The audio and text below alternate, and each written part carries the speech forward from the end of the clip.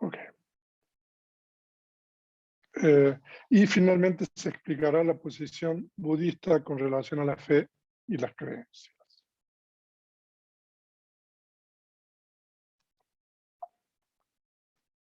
Aquí nosotros tenemos los temas a tratar que no voy a... Pero después vamos a compartir la presentación en PDF, donde ustedes pueden navegar esta presentación que tiene 55 láminas. Vamos a comenzar primero con un discurso canónico, el Vita Sutta del Samyutta Nikaya. En esta sección del Samyutta Nikaya al Buda le hacen preguntas y aquí nosotros tenemos un sutta. Vita Sutta es el discurso del tesoro, de la riqueza. Entonces al Buda le hacen 4 preguntas. ¿Cuál es la mejor riqueza del humano en el mundo? Esa es la primera pregunta. ¿Qué es eso que bien practicado trae felicidad? ¿Cuál realmente es el mejor de los sabores? ¿Y cómo vive el que dice que vive mejor? O sea, de que son 4 preguntas que le hacen al Buda y el Buda responde. Ahí tenemos la primera respuesta. ¿Cuál es la mejor riqueza del humano en el mundo? Entonces, el Buda responde que la fe saddha es la mejor riqueza del humano en el mundo. O sea, por eso seleccioné este discurso para mencionar la importancia, de acuerdo con las enseñanzas del Buda, por supuesto, de que aquí el término Pali, saddha, no se refiere a cualquier tipo de fe, sino se refiere a la fe en el Buda, en el Dhamma y en el Sangha, la fe en las 3 joyas. O sea, ahí hay una mano levantada, no sé qué significa ahí. No sé, de Ovidio. Ok. Ahora, ¿por qué la fe es la mejor riqueza del humano en el mundo? Porque, de acuerdo con las enseñanzas del Buda, si uno tiene fe, uno puede practicar sus enseñanzas y alcanzar el más alto beneficio, el más alto fruto. Y ese beneficio no es alcanzable por medio de ningún otro tipo de riqueza que uno puede obtener o disponer. Entonces, por esa razón, se dice de que saddha es la mejor riqueza del humano en el mundo. Veamos la otra. ¿Qué es eso que bien practicado trae felicidad? La doctrina, es decir, el Dhamma, bien practicada, trae felicidad. ¿Cuál realmente es el mejor de los sabores? La verdad realmente es el... ¿Y cómo vive el que dicen que vive mejor? Ese que vive con sabiduría, dicen, es el que vive mejor. Por supuesto de que las preguntas 2, 3 y 4 no son relevantes para la clase de hoy, solamente la primera, pero como son 4 preguntas en este discurso, que es bien corto, entonces por eso a las restantes. Entonces el tema de la conferencia de hoy es sobre saddha. Entonces nosotros vamos a estudiar y vamos a explorar el significado de saddha.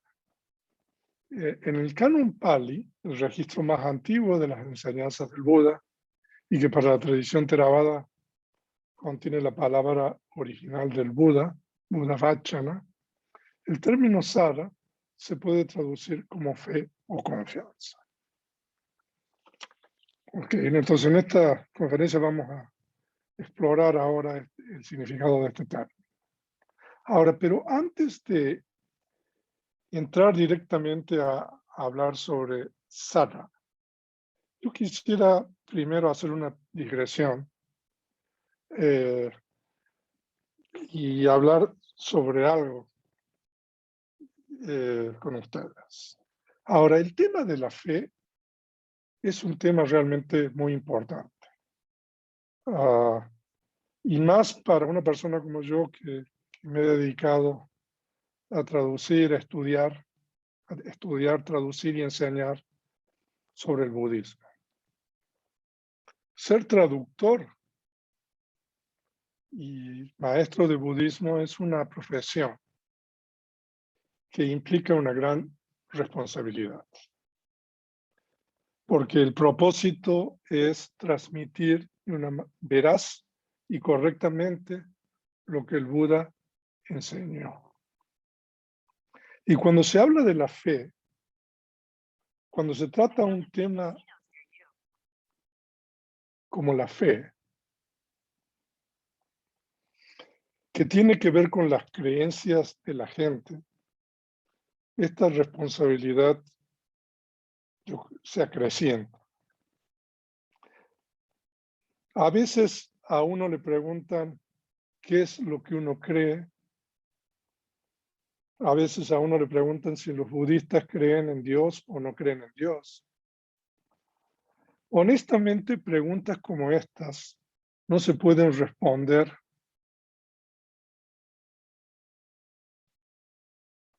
Preguntas como estas no se pueden responder sin antes explicar cómo funciona el proceso de conceptualización. Cómo la mente construye conceptos, desde conceptos casa, perro, árbol, sol, a conceptos abstractos, como por ejemplo libertad, justicia, Dios. La persona que pregunta si los budistas creen o no creen en Dios está utilizando conceptos abstractos, conceptos de creencias, a diferencia de conceptos concretos como árbol, casa, sol, perro, etcétera, que son visibles, indiscutibles. Los conceptos de creencias son conceptos diferentes. Son conceptos por los que la humanidad ha derramado sangre para imponerlos y defenderlos. Conceptos que tienen una intensa carga emocional. Como este tipo de preguntas tienen que ver con la fe, el tema de esta tercera y última conferencia, antes de tratar directamente sobre la fe, yo creo que es importante dedicar parte de esta conferencia para explicar cómo funciona el proceso de conceptualización. De lo contrario, nos vamos a estar saltando una parte muy importante. Entonces, por esta razón, quiero dedicar esta primera parte a hablar un poco sobre esto. Este es un tema de que ya he hablado en varias ocasiones. Algunos de ustedes ya me han escuchado hablar sobre esto.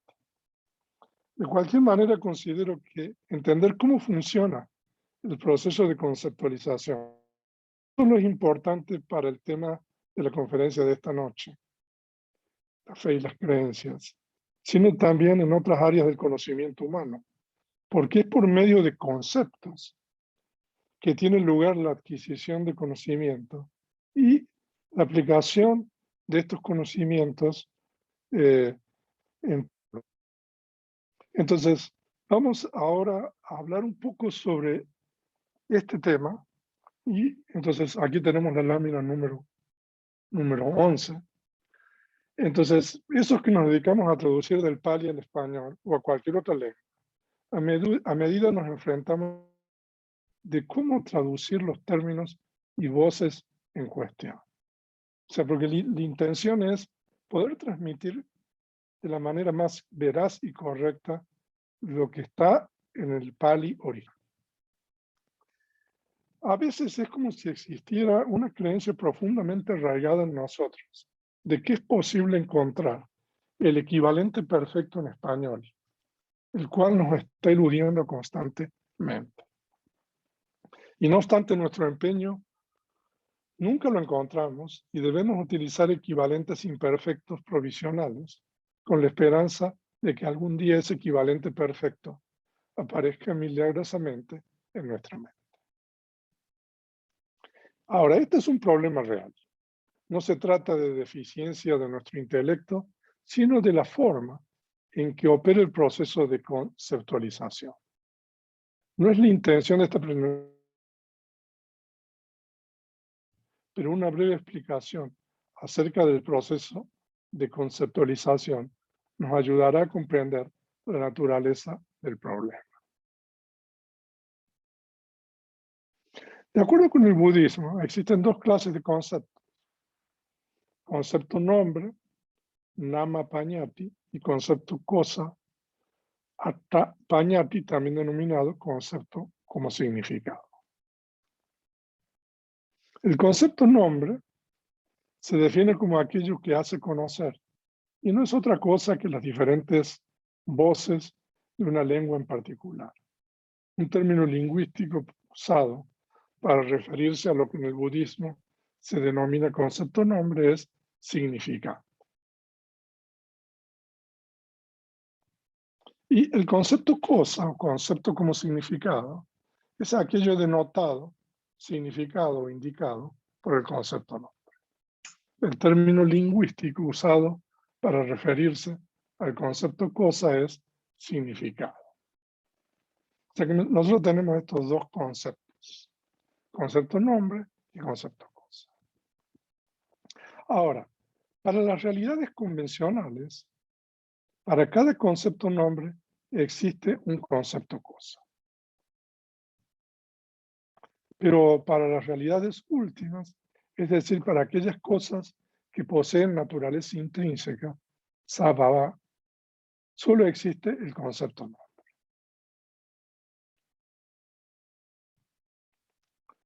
El apuntamiento del concepto nombre. Ahora, el concepto nombre siempre apunta hacia algo, ya sea hacia un concepto cosa o hacia una realidad última en particular. Es esta la peculiaridad del sistema de correlaciones entre los conceptos nombre, conceptos cosa y realidades últimas de la lengua pali, lo que hace tan difícil encontrar equivalentes perfectos cuando se realizan traducciones del pali al español en nuestro caso.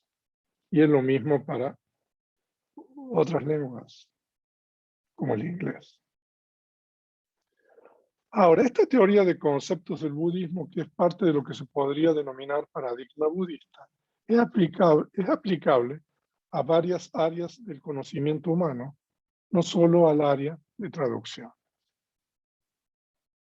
Ahora, entonces, ante esta dificultad, existen al menos dos caminos. El primer recurso, que ha sido usado extensamente en los países budistas Theravada y también en otras tradiciones budistas, consiste, en este caso, españolizar la voz pali en cuestión e incorporarla a nuestra lengua, ya sea modificándola o sin modificar su ortografía. Ejemplos de esto son términos, por ejemplo, los términos sánscrito, karma y nirvana, que ya han sido incorporados en algunas de nuestras lenguas a través del uso corriente. Esta primera solución es aconsejable para términos que carecen de un equivalente en la lengua a la que se intenta traducir, salvo para estudios avanzados de budismo como Abhidhamma. Es aconsejable no abusar de este recurso, considerando que bajo condiciones normales estos términos ingresan en una lengua en particular por el uso frecuente después de un periodo de tiempo determinado. Ahora, la segunda solución consiste en traducir la voz pali a su equivalente más próximo en español, proveyendo además una definición del mismo. Por ejemplo, la voz pali chitta se traduce como conciencia, pero conciencia como traducción de Chita significa eso que conoce el objeto, por ejemplo. Entonces, esta segunda solución debería usarse para términos que poseen equivalentes aún imprecisos, considerando que la familiarización con el significado del concepto y el uso determinarán con el paso del tiempo mejores traducciones. Por ejemplo, en la lengua inglesa, cuando se comenzó a traducir del Pali al inglés, se tradujeron ciertas poses de una manera, pero después, cuando se fueron entendiendo con más profundidad sus significados, traductores posteriores fueron asignándoles otros nombres. Ahora, por ejemplo, un poco para resumir lo que hemos visto. Ahora, nosotros tenemos una serie de conceptos nombres. Entonces, casa, perro, nube, esos son conceptos nombres.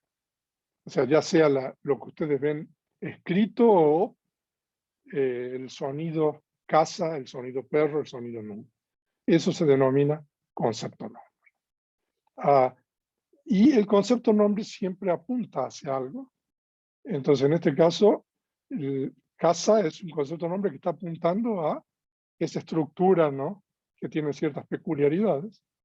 Y esa estructura es todavía un concepto, de acuerdo con el budismo, que es un concepto cosa, ¿no? Ahora, los conceptos nombres se establecen por medio del consenso. O sea, nosotros cuando éramos niños empezamos a aprender el español y entonces nosotros recibimos eso de nuestros maestros, nuestros padres, mayores, etc. Y de esa manera nosotros aprendemos esto, algo que es, hay un consenso establecido previamente. Entonces, los conceptos nombres se establecen de esta manera, por medio del concepto. Y estos conceptos nombres pertenecen a la realidad convencional. Y los conceptos nombres son construcciones de la mente. Y entonces el concepto nombre, en este caso, casa apunta a un concepto cosa. Perro, bueno, en este caso es un ser sintiente. Entonces, pero también ese animal que tiene esas peculiaridades que nosotros le llamamos perro y que hay una gran variedad, ¿no? También es un concepto cosa. Por ejemplo, nube es un concepto cosa también. Los conceptos cosas también son construcciones mentales, ¿no? Y los conceptos cosas son ulteriormente divisibles, como en el caso de estos ejemplos. O sea, de que si uno quita los ladrillos, los blocks y el techo, el concepto cosa de casa desaparece. No, si uno le saca las partes al perro, ¿no? Entonces no va a existir ese concepto cosa y la nube lo mismo. Y estos son conceptos bien fáciles, los que he puesto aquí, no, porque no puedo entrar en más. Pero, por ejemplo, norte-sur, por ejemplo, este-oeste, esos son conceptos de direcciones que también existen, ¿no? Porque se establece un consenso con relación a dónde está el norte y el sur, entonces, y la hora, el día, el mes, el segundo, el minuto, también esos son conceptos, ¿no? Son conceptos nombre y conceptos cosa. Ahora, cuando estaba preparando la clase, encontré esto que quería compartir con ustedes, ¿no? El concepto nombre América, por ejemplo. La mayoría de nosotros estamos aquí ahora en América, en distintas partes. Viene de este explorador italiano que se llamaba Amerigo Vespucci, que vivió en esas épocas, y en realidad él fue el primero que estableció ese concepto, que en esa época era revolucionario, ¿no? De que las tierras que Colón había visitado eran parte de un nuevo continente separado, ¿no? Y después un alemán hizo el primer mapa, en realidad este es el primer mapa que que está en la librería del Congreso de Estados Unidos, que viene del año 1507, donde, bueno, ahí si ustedes agarran ese mapa, o ahí tienen el link, lo pueden ver. Es la primera vez que se utiliza ese concepto nombre América para referirse a todo el continente no americano. Ustedes pueden ver allá arriba el Golfo de México, chiquitito, chiquitito, y todo lo demás, ¿no? Es América del Sur, ¿no? Entonces, por ejemplo, ¿cómo se van incorporando conceptos a lo largo del tiempo, ¿no? Para referirse a cosas que no se conocían o no existían antes? Este es, por ejemplo, el ejemplo del término América que nosotros usamos, ¿no?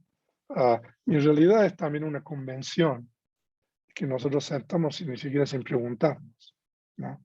Entonces, lo que yo quería mencionar, ahora voy a continuar con el tema de la fe y las creencias, que cuando nosotros traducimos, por ejemplo, del pali al español o del pali al inglés, nosotros tenemos que entender un poco este paradigma budista, esta teoría de los conceptos, ¿no? Porque si no, es muy difícil poder transmitir de una manera veraz y correcta lo que el Buda enseñó. Por ejemplo, hay un reconocido estudioso inglés de la lengua pali, a quien respeto y admiro, que tradujo el comentario del compendio de la Vidama del pali al inglés. El comentario del compendio de la Vidama, el Viva Vinitika se llama, ¿no? Entonces este estudioso, este reconocido estudioso, hizo esa traducción. Ahora, pero no obstante que hay ya términos que nosotros utilizamos en inglés para referirnos a términos de la Vidama, términos que ya son aceptados como correctos, ¿no? Por ejemplo, en inglés hay bastante consenso de traducir el término pali chetasika como mental factor o mental concomitant, como factor mental o como concomitantes mentales. Pero este estudioso, en realidad, acuña un nuevo término para referirse, por ejemplo, a chetasika, ¿no? En inglés es mentality o mentalities en plural, ¿no? Y a mí me llama un poco esta atención, ¿no? De que existen en algunos estudiosos o traductores, ¿no? De tratar de, así como, ¿no? América le dieron el nombre, ¿no? Del descubridor de América, ¿no? De acuñar nuevos términos, cuando en realidad nosotros ya tenemos términos que explican con bastante precisión y exactitud los términos pali en cuestión. Y a mí, yo creo que esto es un problema. Me temo de que en vez de incrementar y ayudarnos a nosotros a entender más sobre la enseñanza del Buda, al contrario, esto crea confusión, ¿no? Porque si nosotros usamos un término y después otro usa otro término, ¿no? Entonces yo creo que este es un tema realmente importante. El lenguaje es parte de la realidad convencional, es parte del consenso, ¿no? Y el consenso implica aceptar ya cosas que han sido establecidas anteriormente y cambiar esas cosas solamente cuando esos términos no representan correctamente lo que, por ejemplo, en el pali original se está tratando. Entonces, bueno, esa era la discreción que yo quería hacer. Entonces, y ahora vamos a ver sobre el tema de la fe y las creencias. Y en el caso de Sada, en Pali, esa es una realidad última. El referente de Sada, que es un concepto nombre, es una realidad última, ¿no? Otro término, por ejemplo, Sati, atención plena, el referente es una realidad última. Sada, que significa sonido, en este caso es algo material, el referente es una realidad última.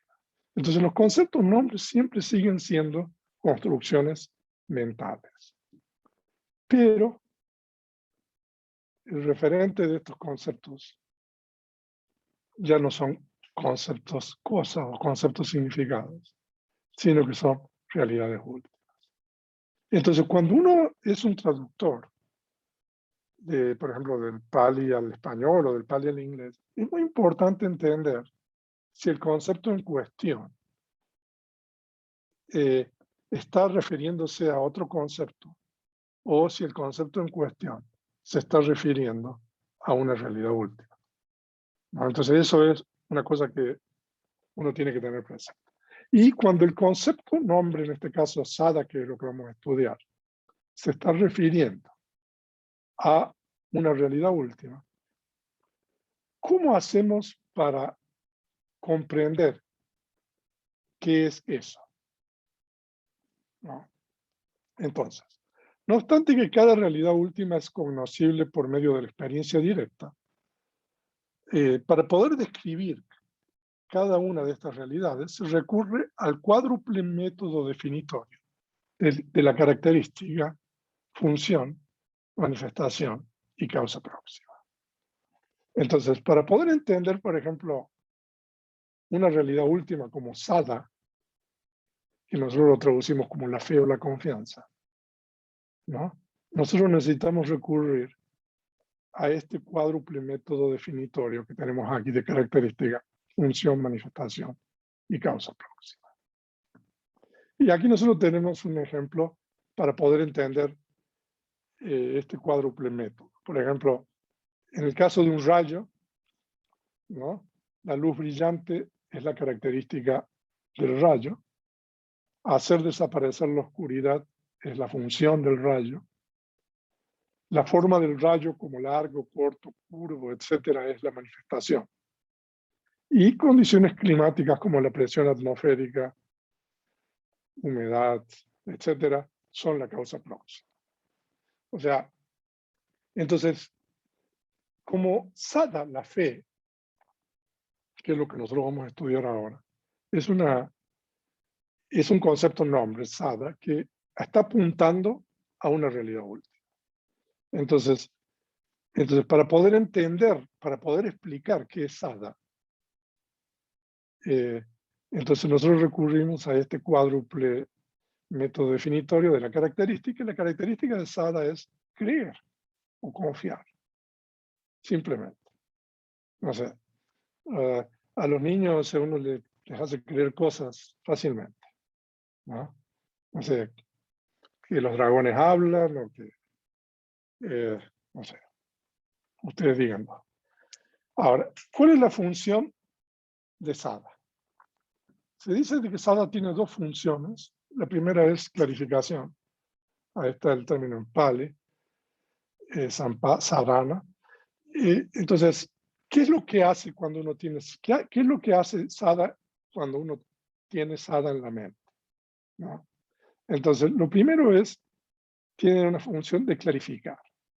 Así como una gema que en ese mismo momento que se inmerge en agua turbia, lodosa, tiene el poder de hacer que se vuelva limpia sin impurezas.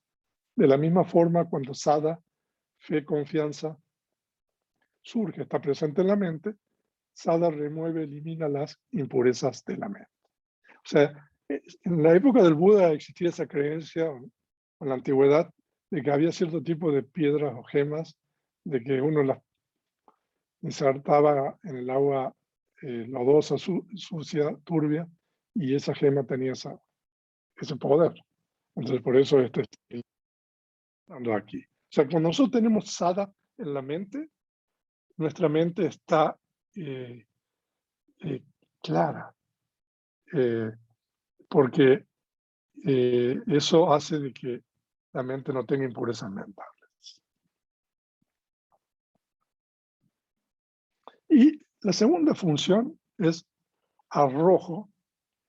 En Pali es sampa kandana, que significa ir hacia adelante, ¿no? Así como una persona valiente, después de evaluar su fortaleza y poder, se arroja al agua y cruza el peligroso torrente, y también motiva a otros a cruzar el torrente. De la misma forma, cuando existe sada en la mente, esto impulsa a la persona a practicar meditación, realizar acciones meritorias, etc. O sea, de que sada tiene esas dos funciones: clarificar y hacer de que uno, por ejemplo, cuando uno practica meditación, ¿no? Uno tiene hay esa creencia un poco en el trasfondo de que la meditación es benéfica, tiene beneficios, ¿no? Entonces, sada es lo que hace de que uno, por ejemplo, se sienta a meditar, ya, no sé, medite, haga un retiro y practique otras enseñanzas del Buda. Ahora estamos hablando de la perspectiva del budismo, pero ya después vamos a extender el alcance de todo esto. Y la manifestación de sada es ausencia de confusión o resolución. O sea que cuando hay sada, o sea, la mente está sin confusión. Y la causa próxima de sada es algo en qué creer. En el caso del budismo, la causa próxima, por ejemplo, es la existencia de la triple joya del Buda, del Dhamma y del Sangha. Ahora, en los textos de la tradición Pali, hay varios símiles, ahí le estoy dando algunos. Uno de los símiles es que sada se compara con una mano, porque cuando uno posee una mano, uno puede recoger cosas buenas. No sé, con una mano uno puede recoger frutos o leña y agua, cosas que son benéficas. De la misma manera, cuando uno tiene sada, uno puede practicar y cultivar acciones meditativas. Y también se compara con riqueza tesoro, ¿no? Que es el pasaje canónico que compartimos al comienzo de esta conferencia. Y es la mejor riqueza, dijimos, porque hace que uno practique meditación y obtenga el mejor beneficio, una mente libre de impurezas mentales, beneficio que no es obtenible por ningún otro medio. Si uno quiere tener, y el otro símil es una semilla, entonces si uno quiere tener un árbol y frutos, debe cultivar la semilla. De la misma forma, si uno tiene la semilla de la fe, uno puede cultivar acciones meritorias. Y sada tiene su opuesto, que es un estado insano de la duda o incertidumbre, que es uno de los 5 impedimentos para el desarrollo de concentración y sabiduría. Ahora vamos a entrar en esta parte que es muy interesante. O sea que en realidad sada es un factor mental sano que acompaña a la conciencia, ¿no? Pero sada puede tener diferentes objetos. Entonces, no obstante que sada, fe o conciencia es un factor mental asociado con la conciencia, esta puede tomar diversos tipos de objetos. De hecho, ahí nosotros tenemos este gráfico donde tenemos la conciencia y los factores mentales, y supongamos que ahí, entre los factores mentales, está sada, que es un factor mental hermoso, o sea que es un factor mental sano para las personas que no han erradicado las impurezas mentales, ¿no? Que surge junto con la conciencia, y esa mente con sada puede tomar una infinidad de objetos, ¿no? Pero aquí es importante tener presente que los objetos de la mente con sada pueden ser tanto conceptos como realidades últimas.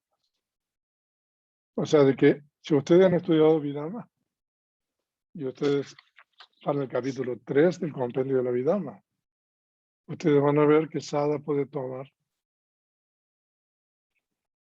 todas las conciencias mundanas, todos los factores mentales mundanos, todas las propiedades materiales y conceptos. O sea, de que en realidad sada puede tomar cualquier cosa. Uno puede creer en cualquier cosa en realidad, ¿no? Puede creer en cosas que son verdad, puede creer en cosas que son falsas, ¿no? Y Sada sigue siendo un factor mental hermoso que surge con la conciencia, pero el objeto puede ser cualquier cosa. O sea, esto es bien importante que nosotros lo tengamos presente para continuar ahora con lo que vamos a ver, que es el Chanki Sutta. En este importante discurso, el Buda claramente indica la naturaleza de la fe y cuál debería ser la actitud de una persona sabia con relación a la misma. A continuación compartimos algunos pasajes relevantes de este discurso. Este discurso, que es parte del Majjhima Nikaya, que son los discursos medios, es realmente un discurso muy importante por varias razones. Pero una de las razones es que aquí el Buda nos habla un poco sobre la naturaleza de la fe o de Sada y otras cosas más que nosotros vamos a ver. Ahora, yo hace como 10 años traduje este sutta y hay una versión de este sutta en la página por ahí. Y ahora que he estado preparando esta conferencia, vamos a hacer una nueva traducción de este sutta, ahora que tengo estudiantes avanzados de Pali. Entonces, con el apoyo de ellos, seguramente vamos a hacer una traducción donde vamos a hacer algunos ajustes. Pero de cualquier manera, ustedes la pueden encontrar en la página nuestra, la traducción del Chanki Sutta.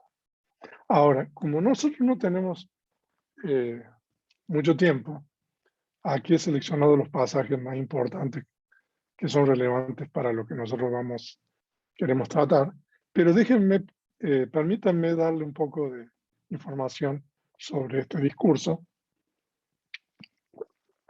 Este discurso tiene lugar en un poblado en el reino de Kosala, que se llamaba Opasada, que era un poblado que estaba a cargo de un brahman que se llamaba Chanki. Por eso el discurso se llama Chanki. Chanki era como el presidente municipal aquí en México, podríamos decir, de este poblado, que era un poblado de brahmanes y que era era un poblado, se ve que era muy próspero, por la forma en que se describe cómo vivía Chanki, que vivía en un palacio, ¿no? Y resulta ser de que el Buda era un maestro itinerante que andaba de un lugar a otro junto con los bhikkhus, los monjes que lo acompañaban.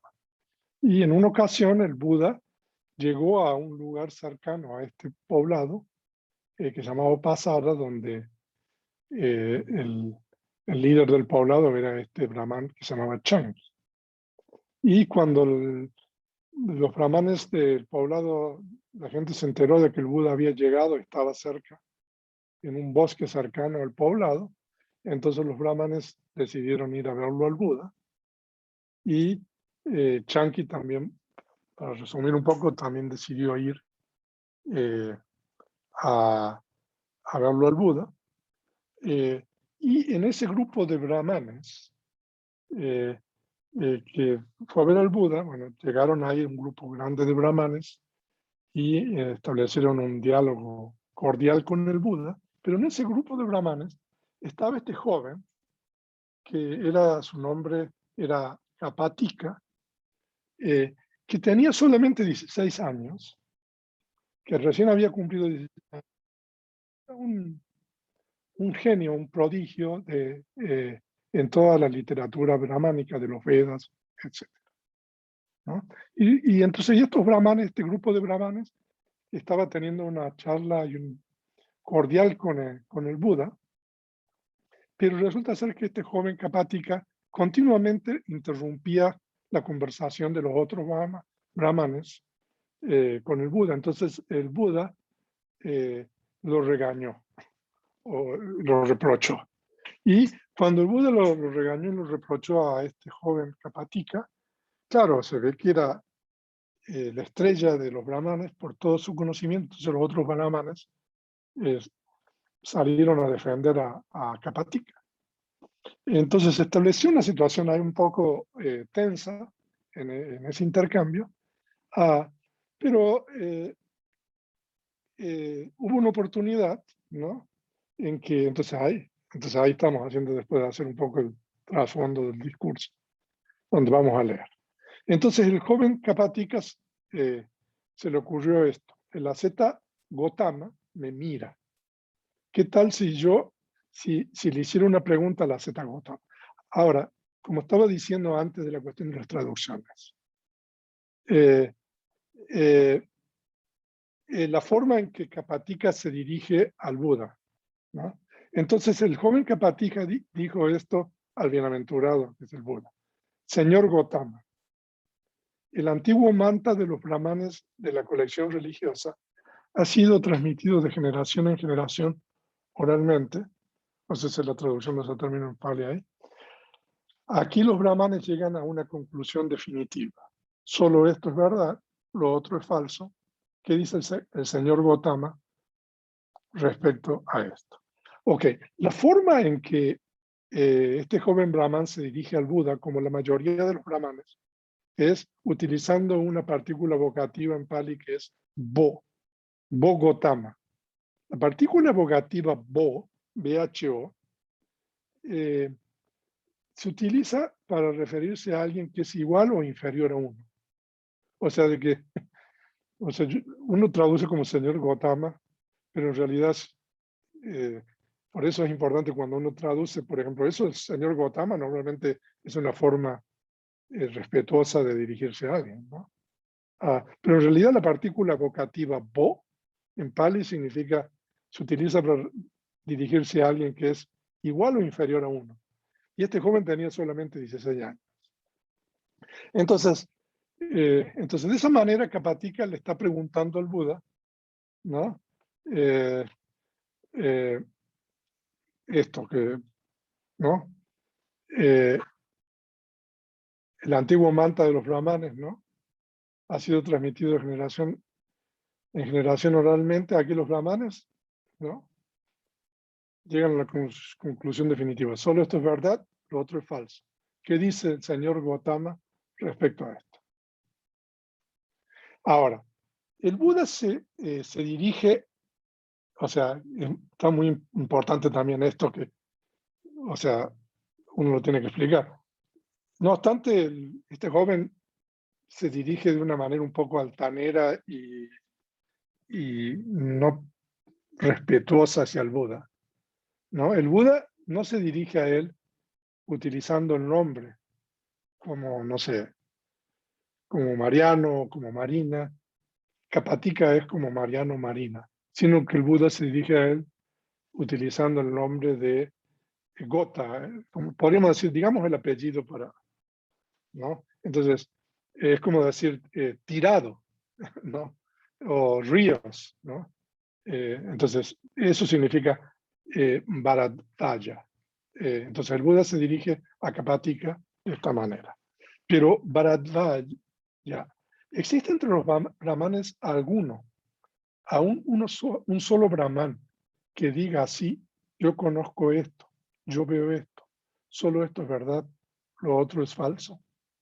No, señor Gotama. Pero Bharadvaja, existe entre los brahmanes aún un solo maestro de maestros, hasta la 7ª generación de maestros, que diga así: yo conozco esto, yo veo esto, solo esto es verdad, lo otro es falso. Gotama. O sea, de que el Buda le está preguntando si hay alguien que realmente tiene experiencia directa de eso que está en los libros sagrados. Pero Bharadvaja, esos antiguos videntes de los brahmanes, los compositores de los mantras, los recitadores de los mantras, este antiguo mantra compuesto, cantado, recitado por ellos, los brahmanes en el presente lo cantan, lo recitan lo recitado, hablan lo hablado. Ellos, los videntes, son, y ahí están los nombres propios de todos estos sabios, Ataka, Vamaka, Vamadeva, Besamita, Yamatagi, Angirasa, Bharadvaja, Aseta, Kasapa, Bagu. ¿No? Ellos también dijeron así: nosotros conocemos esto, nosotros vemos esto, solo esto es verdad, lo otro es falso. O sea que esta larga pregunta. No, señor Gautama. Entonces ahora el Buda le dice: siendo esto así, Bharadvaja, no hay entre los brahmanes ninguno, ni siquiera un solo brahman que diga así: yo conozco esto, yo veo esto, solo esto es verdad, lo otro es falso. No hay entre los brahmanes ninguno, ni siquiera un solo maestro o un maestro de maestros, hasta la 7ª generación de maestros, que diga así: yo conozco esto, yo veo esto, solo esto es verdad, lo otro es falso.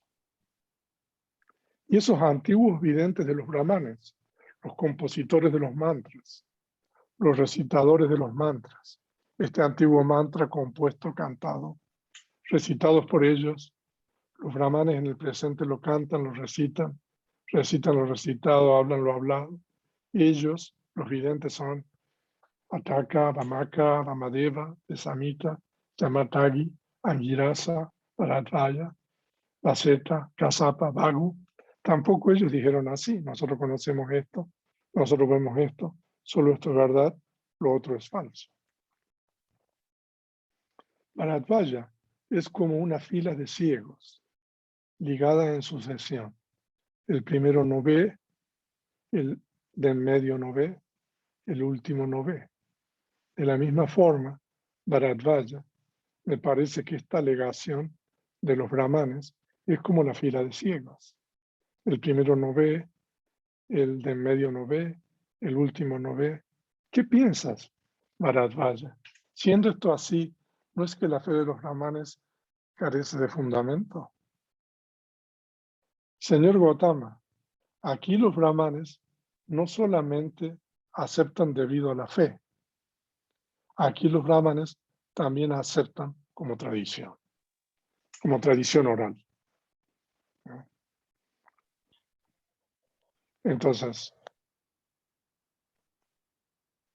el Buda lo regaña un poco. Primero tú, Bharadvaja, fuiste a la fe, ahora hablas de tradición. Bharadvaja, estas 5 cosas pueden tener 2 resultados en esta misma vida. 2 resultados significa que pueden ser falsas o verdaderas. Eso significa. ¿Cuáles 5? La fe, saddha, aprobación, ruchi, tradición oral, anusava, consideración razonada, akara pariditaka, aceptación dogmática de una creencia. O sea, son 5 cosas que el Buda dice que pueden ser de 2 formas: falsa o verdadera. No, desafortunadamente no tengo tiempo para explicar las 5 porque estamos hablando solamente de la fe. En una lámina siguiente a lo mejor explico un poco más sobre las otras. Bharadvaja, estas 5 cosas pueden tener 2 resultados en esta misma vida. Bharadvaja, no obstante algo es bien creído, aún así puede resultar hueco, vacío, falso. En cambio, algo que no es bien creído puede resultar factual, real y no de otra manera. O sea, de que el Buda continúa refiriéndose a cada una de estas 5 cosas, ¿no?, que pueden ser. Entonces, y aquí hay algo muy importante que el Buda dice: Bharadvaja, no es apropiado que un hombre sabio que protege la verdad llegue a la conclusión definitiva: solo esto es verdad, lo otro es falso. Ok, entonces son los pasajes canónicos que estoy compartiendo. De hecho, esto es bien interesante porque, bueno, en la conferencia anterior yo hablé de similitudes con religiones posteriores, ¿no?, al budismo, cuando hablamos un poco de los modos de concepción y todo eso. Y también aquí de nuevo se repite lo mismo, porque esta símil de la fila de ciegos que el Buda da en este discurso, el Chanki Sutta del Majjhima Nikaya, ¿no? Es también parte, es una de la parábola bíblica, ¿no? Del Evangelio según Mateo número 15, que dice, si un ciego guía a otro ciego, ambos caerán en el hoyo, ¿no? Esta es una pintura muy famosa que está en el Museo de Capodimonte, en Nápoles, en Italia, ¿no? De este pintor tan famoso que es Bruegel, Pierre, ¿no? El viejo, ¿no? Pero nuevamente nosotros aquí encontramos, ¿no? Cosas de que el Buda menciona y que después aparecen después en otros sistemas religiosos. Y aquí nosotros tenemos las 5 cosas que pueden resultar falsas o verdaderas. La fe, ¿no? Sada. Aprobación ruchi significa, voy a explicar muy rápidamente esto, cuando uno acepta algo simplemente porque le cae bien o porque le agrada. Eso es el significado. Tradiciones, no sé, lo que está escrito en los libros sagrados de cualquier tradición religiosa, incluyendo en el budismo. A eso se refiere a esto. Consideración razonada es un poco más que uno analiza causas y descarta algunas y especula sobre otras y acepta en base un poco a eso. Y la quinta es muy difícil de traducir. Diti, Niyana Kanti. Kanti aquí significa algo así como que uno tiene agrado o aprecio hacia algo, ¿no? Que uno ya ha fijado en su propia mente. Por eso lo tradujo de esta manera, como aceptación dogmática de una creencia. Pero también es diti, eso es una concepción errónea. Ahora, el discurso continúa porque el Buda le dice, bueno, una persona sabia que protege la verdad, ¿no? O sea, uno tiene que proteger la verdad. Entonces, ¿qué significa proteger la verdad? Entonces, Kapatika le pregunta al Buda, bueno, ¿cómo uno protege la verdad? ¿Cómo una persona sabia protege la verdad? O sea, proteger la verdad es, el individuo tiene que decir, mi fe es tal, mi fe es de esta manera, ¿no? Sin arribar a la conclusión definitiva de que esta fe es verdadera. O sea, uno tiene que aceptar que la fe es algo que puede ser falso o verdadero. Por eso en Pali, eso tiene un nombre, que es apachaka sara. Apachaka significa que uno no lo ha experimentado, que uno no lo ha visto, ¿no? O sea, que es la fe no realizada, ¿no? La fe no corroborada, ¿no? Entonces, cuando la fe de uno no ha sido corroborada, el Buda dice de que uno tiene que proteger la verdad, ¿no? El discurso continúa, ¿no? Que cuando uno protege la verdad, después uno tiene que pasar a la realización de la verdad, ¿no? Entonces, el individuo practica la enseñanza, el Dhamma, hasta pasando por todas las etapas, los conocimientos de Vipassana, hasta alcanzar los senderos ultramundanos. Entonces, cuando el individuo alcanza los senderos ultramundanos, entonces se dice de que uno ha realizado la verdad, ¿no? Y en Pali, este tipo de fe se denomina sada, que es la fe realizada, la fe corroborada, ¿no? Y hay una tercera etapa en el discurso, que es el logro final de la verdad, que en realidad se refiere a la realización de las fricciones ultramundanas que siguen a los senderos ultramundanos, que también pertenece a lo que se denomina Pachakasada, que es la fe realizada. O sea, de que Yo creo que a través de lo que nosotros hemos visto hasta ahora, ustedes se pueden dar cuenta cuál es un poco el significado de lo que en Pali se denomina sata, fe o confianza, ¿no? Y que este término, que es un estado mental, un factor mental, y puede tomar diferentes objetos. Uno puede tener fe en diferentes cosas, ¿no? Pero esa fe que uno tiene en esos objetos, en esas cosas, es una fe no realizada, ¿no? Y uno tiene que proteger la verdad. Es más importante proteger la verdad. Entonces uno tiene que ser honesto y decir mi fe es tal que puede ser falso o verdadero, ¿no? Entonces, y después uno puede avanzar, por supuesto, y realizar, tener la experiencia directa. Entonces esa fe es la fe realizada, la fe concretada, ¿no? Entonces eso es muy importante que nosotros tengamos presente. Y ahora para terminar, entonces, ¿cuál es la posición budista con respecto a la fe? Esto es muy resumido. Entonces, la posición budista con respecto a la fe es reconocer que esta puede ser falsa o verdadera. Es decir, reconocer y aceptar que el objeto de la propia fe puede ser falso o verdadero, ¿no?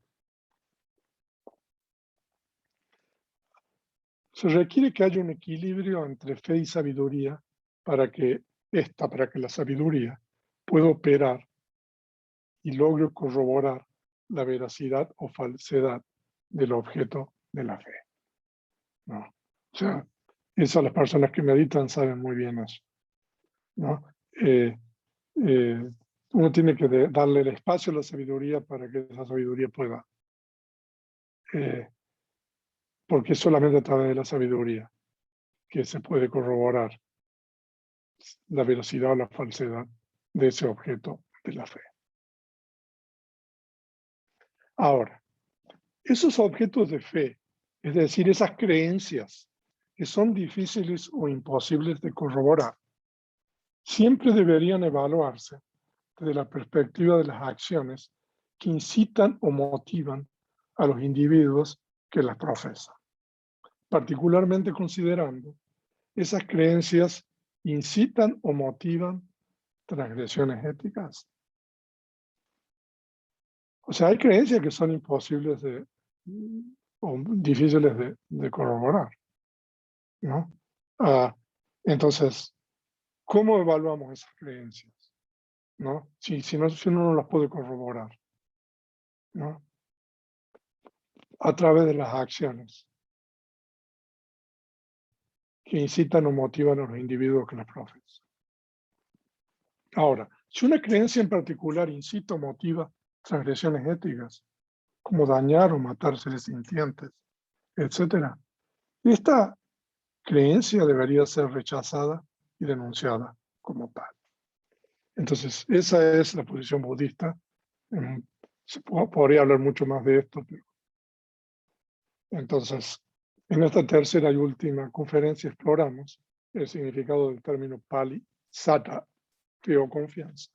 Estudiamos pasajes relevantes del Chanki Sutta, donde el Buda equipara a esos que declaran que su propia fe es solamente verdadera con una fila de ciegos, donde el primero no ve y por lo tanto los que siguen son iguales, donde el Buda dice que con relación a la fe hay dos posibilidades, que pueden ser falsa o verdadera, y donde el Buda dice que uno que protege la verdad debería reconocer que su propia fe puede ser falsa o verdadera. En las láminas finales se explicó, en síntesis, la posición budista con respecto a la fe y las creencias.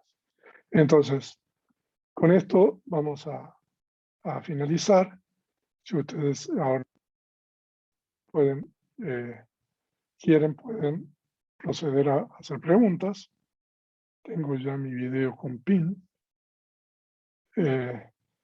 Así que, por favor, si pueden levantar la mano y los moderadores si me pueden ayudar. Sí, gracias, venerable, excelente su conferencia, muchísimas gracias. Bueno, cualquiera que desee hacer una pregunta, los que deseen hacer preguntas, no sé si me estaban escuchando. Oscar Cruz, adelante. Muchas gracias, Marina. Muchas gracias, venerable. Muchísimas gracias. ¿Me escuchan? ¿Hola? Sí, perfecto. ¿Me escuchan, venerable? Sí, perfecto. Sí, sí. Adelante, Oscar. Sí, lo escucho. Gracias. ¿Puedo resumir, venerable, que de la fe a pasar directamente a decir esto es verdad es el máximo peligro en esto de las creencias? Entonces, por consiguiente, también aplicaría, por ejemplo, en nuestra tradición, ¿no? Si algún practicante, sin haber hecho estas fases subsecuentes de realización y logro, diera por hecho cosas que no le constan. Entonces, para un practicante que tiene fe, el simple hecho de proceder a la siguiente fase, que es la realización de eso que nos da fe, de hacerla verídica, de experimentarla, en solo ese hecho ya hay sabiduría. Podríamos empezar desde ahí, venerable, para un practicante común. Sí, exactamente. O sea, aceptar ya eso de proteger la verdad, como dice el Buda, eso ya es sabiduría, ¿no? Perfecto. O sea, yo creo que eso es un punto muy importante, ¿no? Incluso en el Dhammapada hay un verso, no sé si me siguen oyendo. Sí, venerable. Me siguen oyendo. Sí, Sí. en el Dhammapada hay un verso, ¿no? Que dice eso, ¿no? Que cuando uno acepta precisamente algo, ¿no? Que uno no sabe, ya por eso es sabio, ¿no? Entonces sí, o sea, es bien importante eso lo que usted mencionó. Sí, sí. ¿No? Y Muchísimas gracias. otra cosa que también quisiera agregar ahora, y esto no solamente aplica para la cuestión de las creencias religiosas que uno tiene, ¿no? Sino que eso aplica a cualquier tipo de ideología, por ejemplo, ¿no? No sé, por ejemplo, hablemos, no sé, el capitalismo, el comunismo, no sé, el socialismo, no sé, cualquier idea que uno tenga, ¿no? Que uno, digamos, cree, ¿no? Que es solo verdad y todo lo demás es falso, ¿no? O sea, pero se refiere, pero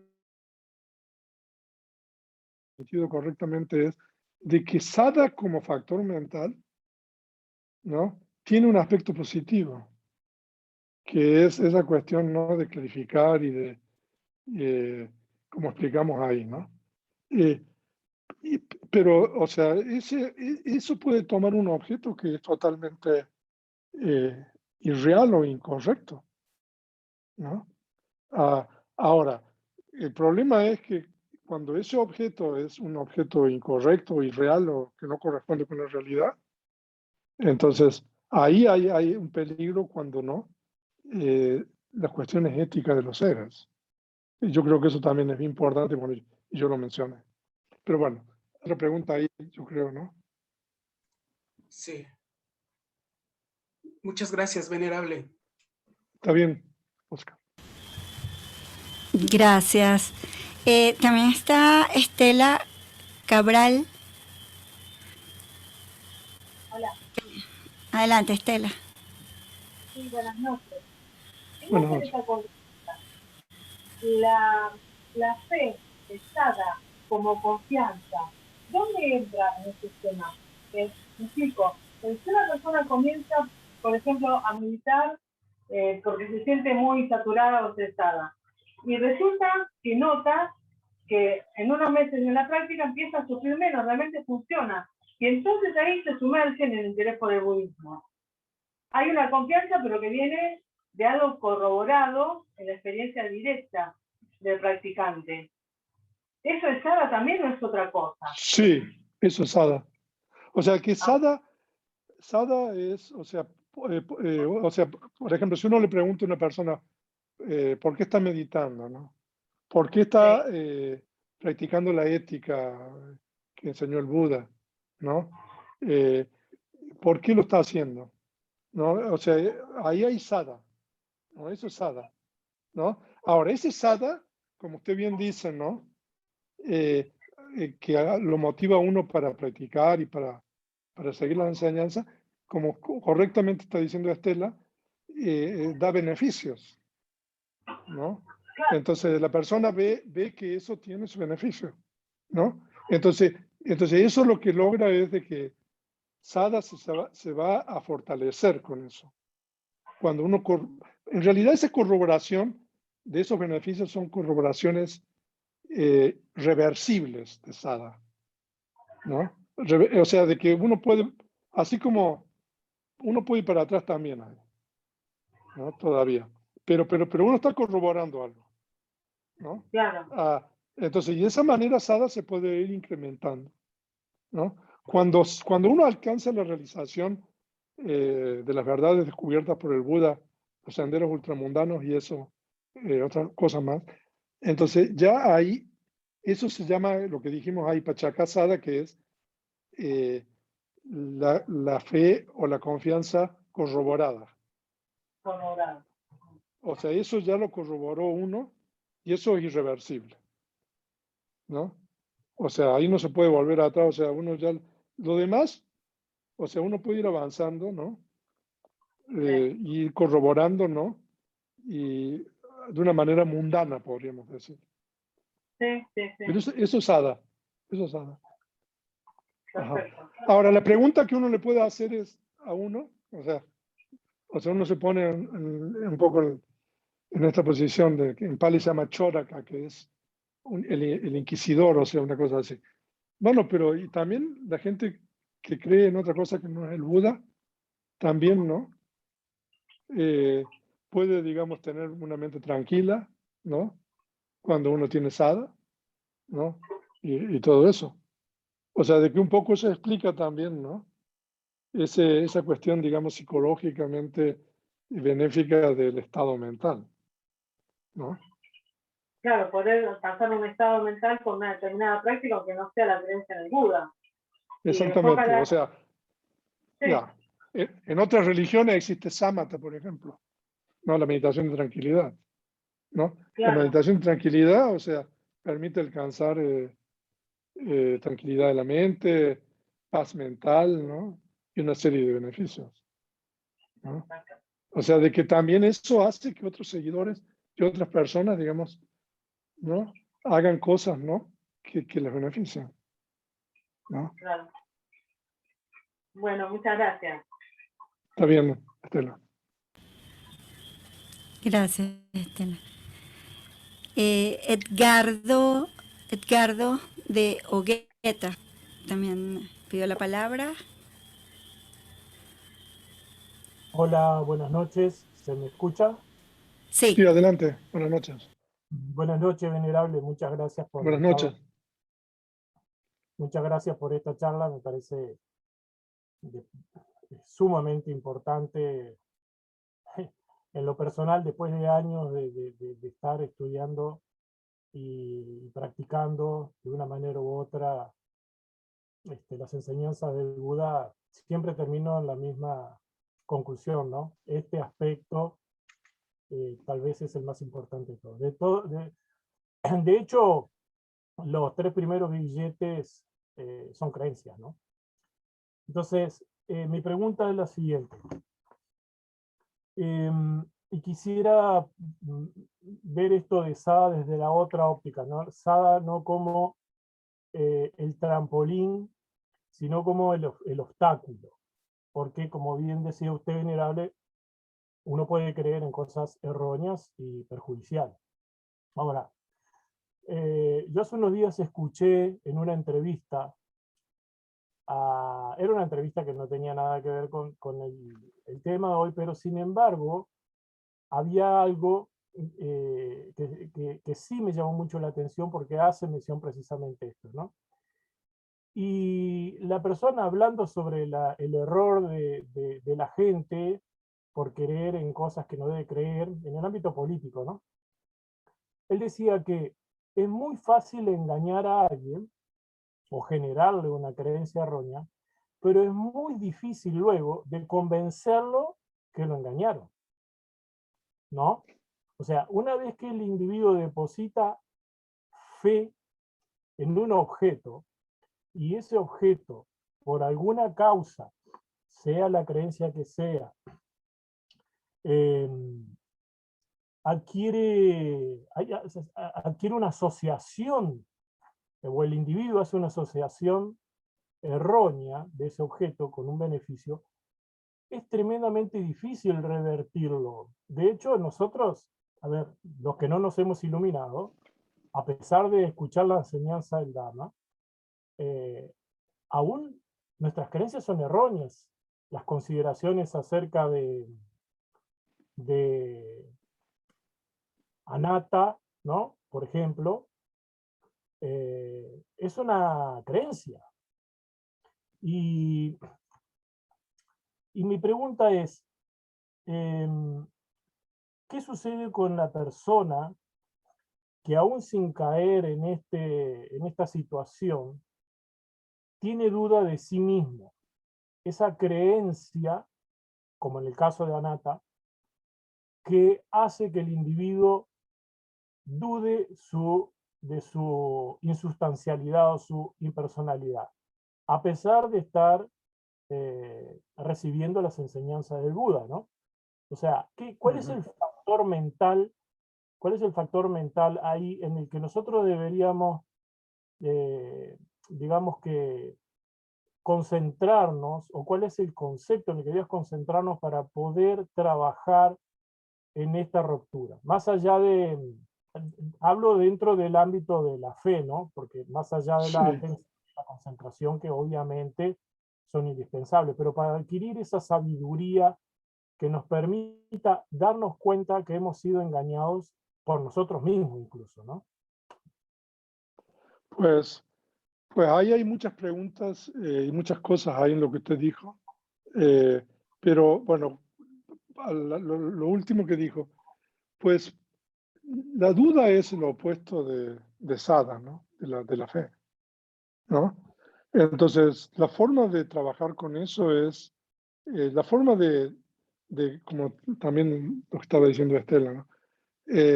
De cultivar y desarrollar sada, ¿no? Es estudiando el Dhamma, ¿no? Acercándose a personas que han aprendido el Dhamma, ¿no?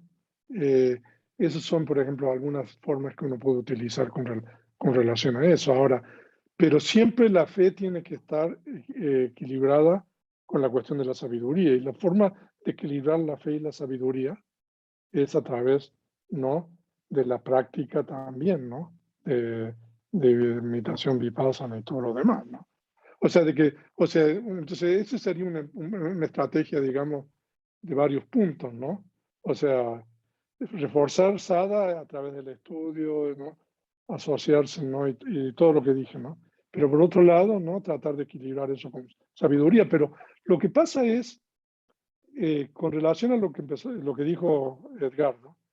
Y es que tiene que ver con lo que hablé yo al comienzo de la presentación, que es la cuestión de la conceptualización, ¿no?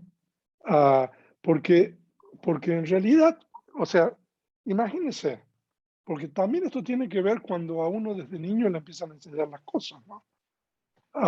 Entonces, y como la realidad convencional está basada en el consenso, ¿no?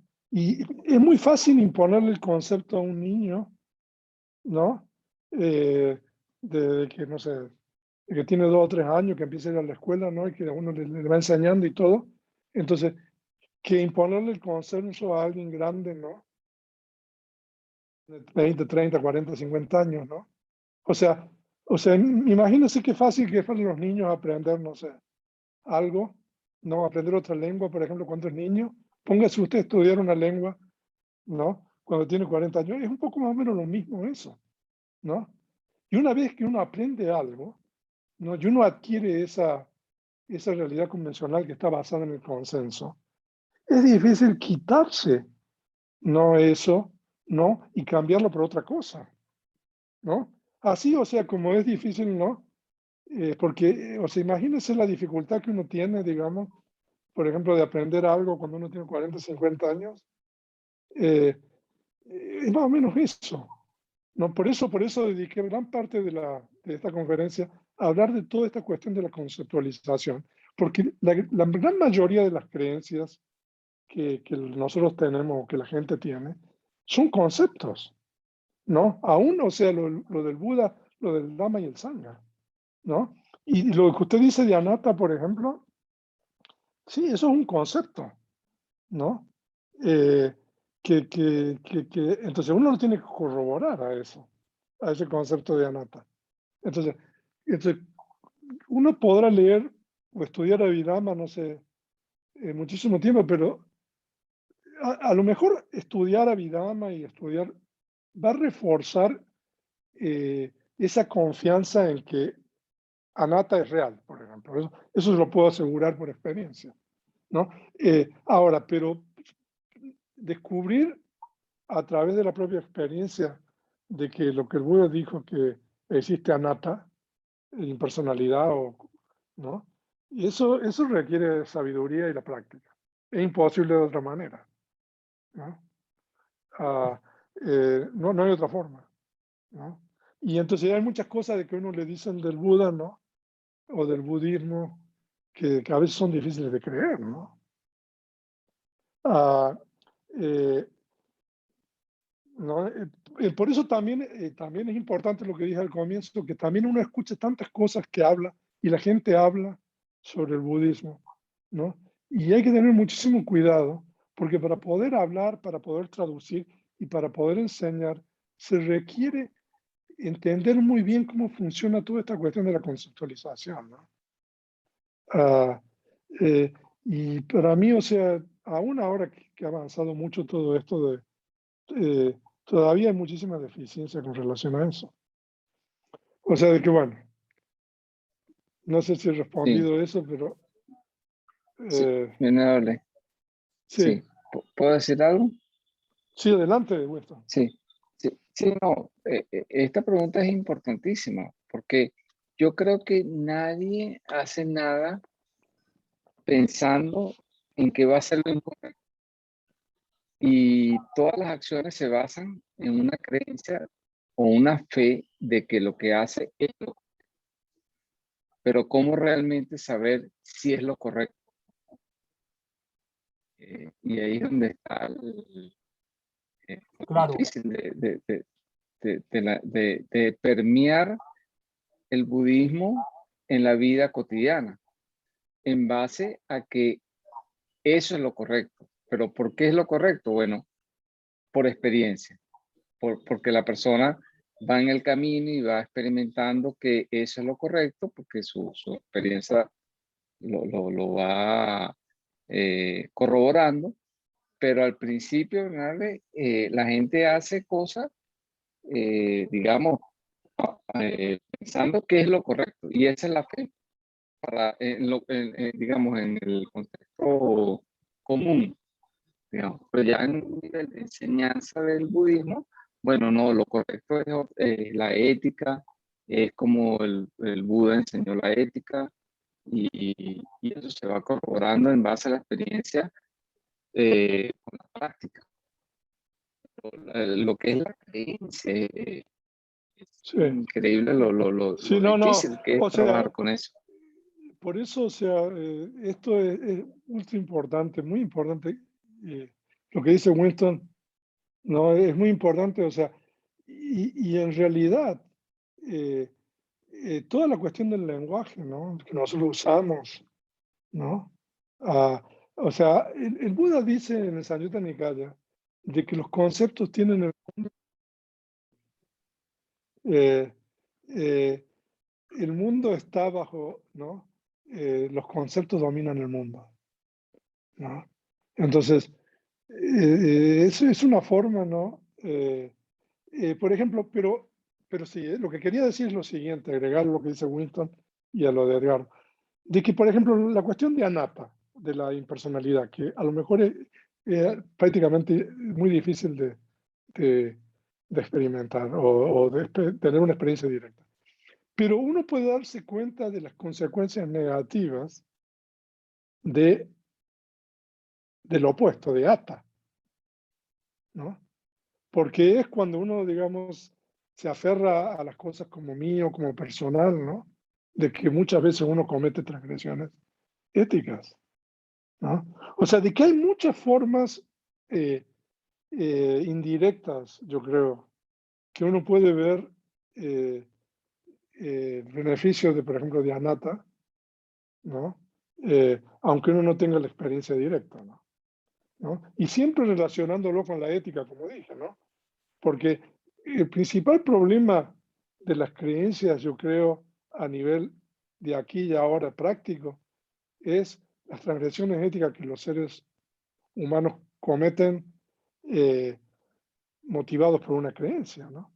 Toda la cuestión esta, por ejemplo, ahora de la crisis existencial que nosotros vivimos, del cambio climático, ¿no?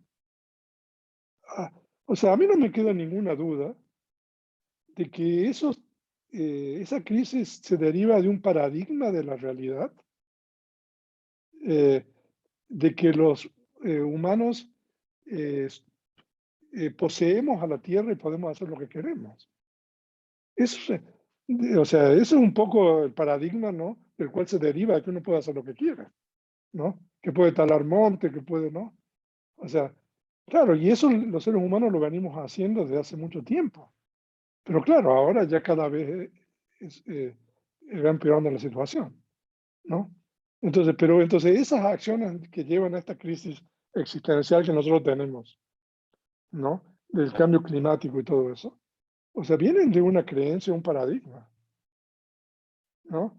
Que gran parte de la humanidad profesa o sigue. Ok, pero vamos a darle lugar a otra gente. Tiene la palabra Soledad, que levantó la mano también. Adelante. Buenas noches, venerable. Muchas gracias, como Buenas siempre, noches. por su charla. Y muchas gracias a los que organizan.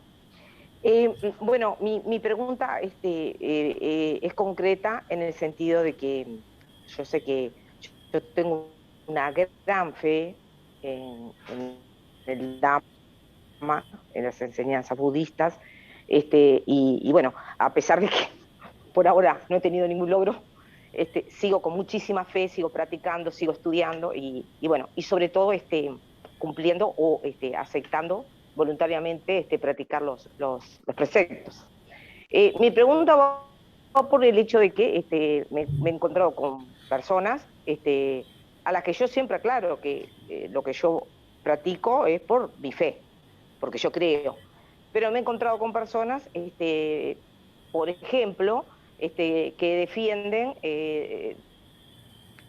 diferentes cosas o creen en diferentes cosas, como por ejemplo sacrificios de animales, ese tipo de cosas, y han llegado a, como usted lo dijo muy bien, a como tacharme de irrespetuosa, de inquisidora, de que no acepto a los demás. Entonces, en el tiempo que corre, en que todo por la famosa libertad de expresión y que tenemos que darle cabida a todos, me parece bien, pero de ahí a tener que respetar determinadas prácticas sabiendo que van en contra de los preceptos, porque ese es mi argumento, ¿no? O sea, yo no puedo respetar una práctica en donde no se respeta la vida de un ser sintiente.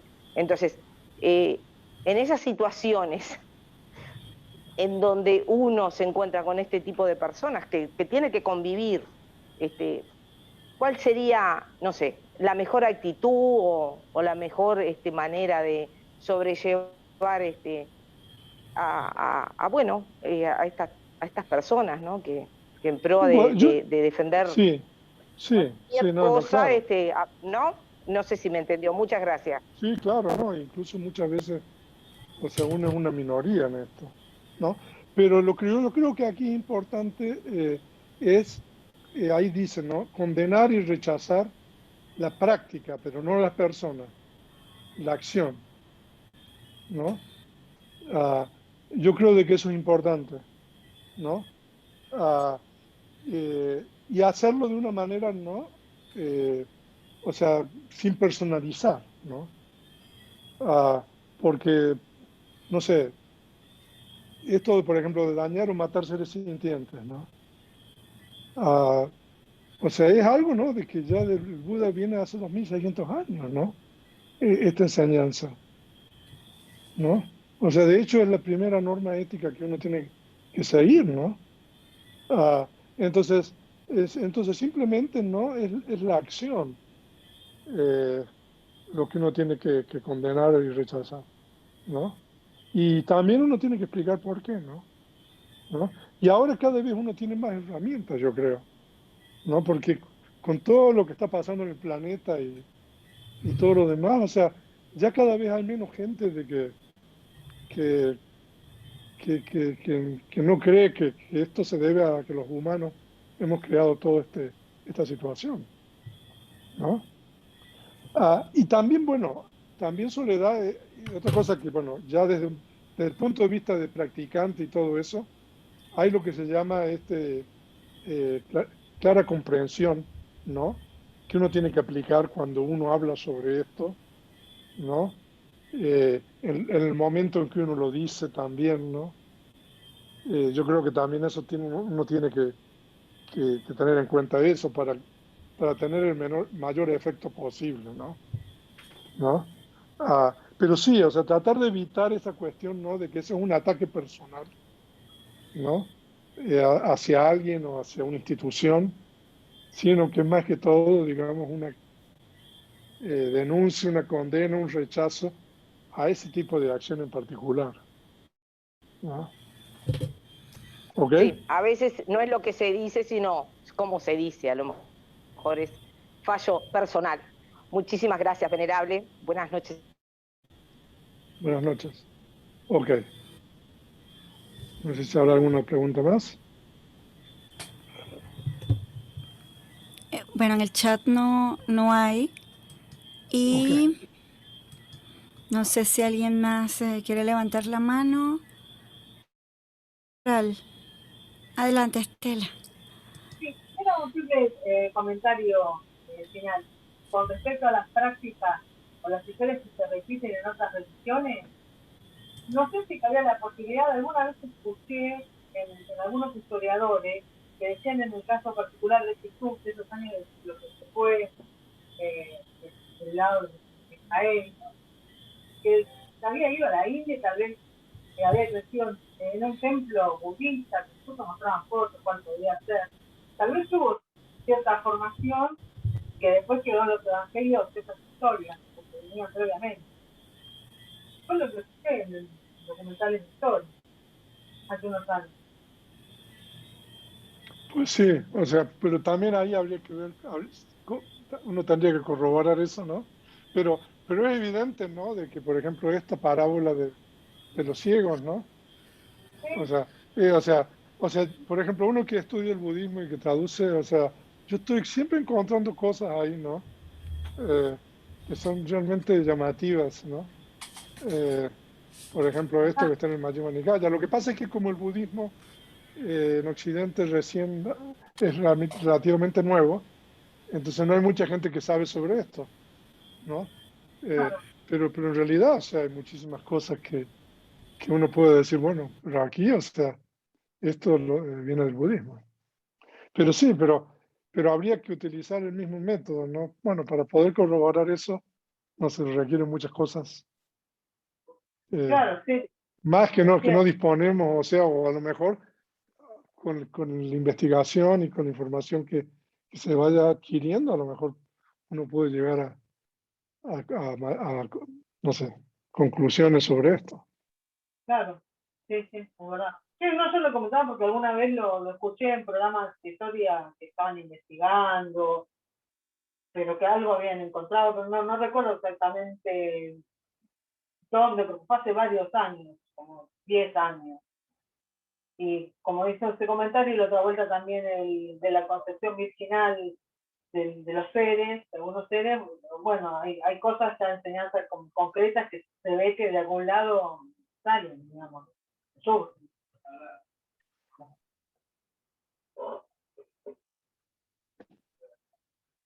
Ok. Bueno, muchas gracias, gracias por todo. Bueno, Gracias, muy bien. Venerable, y Marina, a todos los organismos. Gracias, Estela. Muy bien. Entonces vamos a... Si no hay más preguntas, muchísimas gracias, Venerable. De verdad que Ok. extraordinario. Yo quería dar yo quería, antes de cerrar la transmisión, invitarlos a todos para el próximo viernes a la conferencia que la va a dar el venerable Senpo Oshiro. Él es monje zen argentino, él dirige Nanzenji en la ciudad de Buenos Aires. Va a dar la charla sobre los 4 grandes votos del Bodhisattva. Entonces, bueno, los invitamos a todos, como siempre, por el creo que Nueva Argentina, espero que no me equivoque. Gracias, Venerable Extraordinario, gracias Betty también y Winston. Ok, buenas noches a todos. Muchas gracias. Gracias, venerable. Gracias a todos. Buenas noches. Gracias, A venerable. todos, nos vemos dentro de 8 días. Muchas gracias, Marina. Gracias, venerable. Magistral. Gracias, Betty. Gracias. Buenas noches a todos. Venerable, buenas noches. Bye. Gracias. Gracias a todos. Hoy tuvimos una gran audiencia de 46 personas. Gracias. Gracias a todos. Muchas gracias. Gracias, papá y Elena. Gracias a todos. Gracias, Estela, Pati Torres, Edgar, Nandrol, Giovanni, todos. Marina, saludos. Bye bye. Buenas noches. Será hasta el próximo viernes, comienzo de agosto, para la próxima.